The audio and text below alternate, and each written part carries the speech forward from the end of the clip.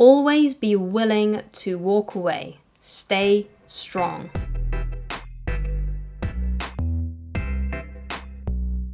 Hi guys, my name is Christine and I'm a dating, relationship and personal development coach. And today I'm talking about why you must always be willing to walk away and how to stay strong once you've gone into that no contact period, when you have walked away from your crush, this person that you're interested in, or your ex. So the first thing that I want to talk about is something that I just want you to be a bit more aware of, right? I want you to be aware of the attention seeker that always seems to creep back. Now, sometimes there are people out there that just like the attention that they get from you. They don't necessarily mean you harm, but they like the fact that they are getting romantic attention from you. So even if you do walk away from someone and you do go into no contact with someone, they may come back, but they may come back for the wrong reasons. They may come back because they simply just like your attention. So the best way to kind of figure out if the person who you are walking away from or the person you're going into no contact with actually genuinely likes you and isn't just an attention seeker is when they do come back. And you ask them out and you ask them out on a date, they will meet up with you. They will make the effort. They will want to date you seriously and want more than friendship with you.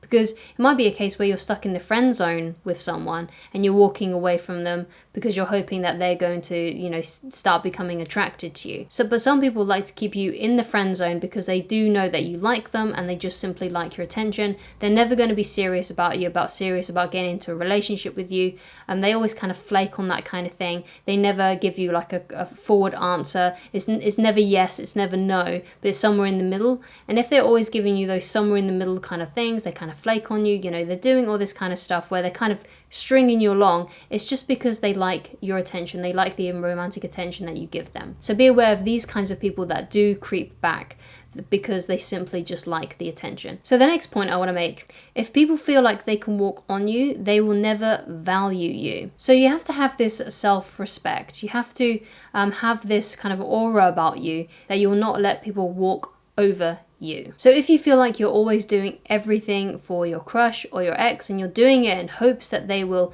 be more attracted to you, basically the more you do for them, the less valuable you are going to be in their eyes. And the reason for this is because you're always available. You're always available to help them. So if you walk away and you go into no contact and you're no longer available at their beck and call, basically, they will start to value and respect you more because you are no longer, jumping at the chance to hang out with them and see them. You have to have this kind of air of respect about yourself.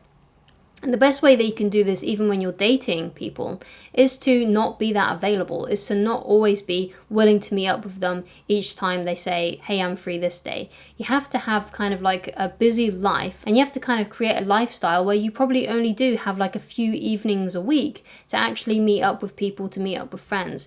You want to be someone who is busy doing interesting things. And if you're not one of those people and you're always available to meet up with your dates, with your crushes, with your exes, no matter what, doesn't really matter who, they won't value you as much because you're always there, you're always willing, you're always able. It's always best to actually have a really busy life so you only can really spoon feed people your attention and your time. Because if you don't and you're always available, they're not going to value you as much. We always value things that are rare, that are scarce. It's just who we are as people. This is why you see like loads of rare items going for like hundreds of thousands on things like eBay and other auction kind of places. We always put high value on those rare items. And the things that are cheap, the things that people don't really care about, are the things that you can find in abundance. So the way that we can do that is to make ourselves a more of a scarce resource, to become a busy person. And I mean authentically busy. Right? And it might be a case where you do have to kind of fake it till you make it a little bit. But there are always things that you can come up with. There's creative ways to make yourself busy. And obviously you don't want to be doing things that are disempowering. You don't want it to be something that is bad for you, obviously. You want to spend your time doing things that are productive, that are meaningful, that are interesting to you, not something that is going to make you feel rubbish about yourself. You want to do things that make you feel good and give you confidence in yourself. So this might be spending some of your free time going to the gym. It could be working on a side business or side hustle, or it could be, working on other kinds of things that you're interested in, right? It's all about filling your time with really important things that mean a lot to you. And obviously, you probably know what those things are, so just fill in the blanks for yourself. However, if you do have issues with trying to find out what your passions are, what your purpose is, then I highly recommend that you go and watch this video on how to find your passion in under 20 minutes, where I basically go through a bit of a workshop with you on how to actually find out what you're interested in, so you can start designing that lifestyle based around the things that you really love and care about. And once you become really busy and you only have, a certain amount of time, like a certain like a single frame of time to actually meet up with people, you might be only able to go on a date like once every 2 weeks or something. And if that's the case, then you're going to become a more of a scarce resource. People are going to be fighting for your time.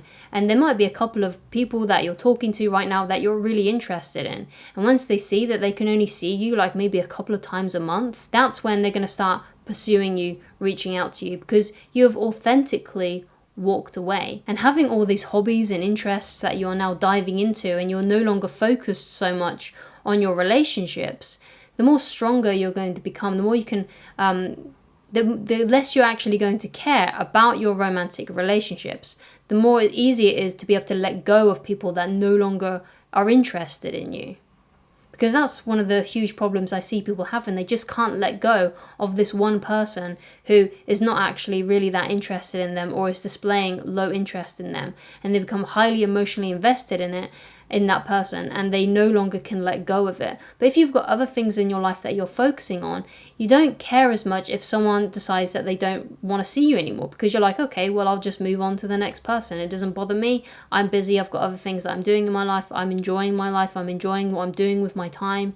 It doesn't really bother me that this one person isn't interested in me, because I know there are plenty of other people out there. So you've got to have that kind of mindset. And that will keep you strong when people do lose interest. That will keep you strong when you do walk away from those people that don't have much interest in you. And the next point I want to make is that you must always be willing to walk away if someone pushes you too far. So an example of this is if you're in a relationship and the person you're in a relationship with really disrespects the relationship in some way. So they might cheat on you, or they might say something really horrible to you, and they're just expecting you to take it. You have to be willing to remove yourself from the situation, to walk away if your needs are not being met, if people are treating you poorly. You have to be willing to walk away from those people. And that's not just in relationships, it's also in friendships as well. It's also with your family members. If people disrespect you and they're being horrible to you in some way, you need to be like, look, I'm really sorry, but you're treating me really bad right now. I'm going to leave the situation. Give me a call later when you've cooled off and when you're ready to apologize. But I'm not standing for any of this. I'm out, right? You need to say something like that. Don't be afraid. If they care about you, they will apologize and come back. Do not be afraid of walking away from someone. You're not going to lose them if they really care about you. And that is why you must always be willing to walk away.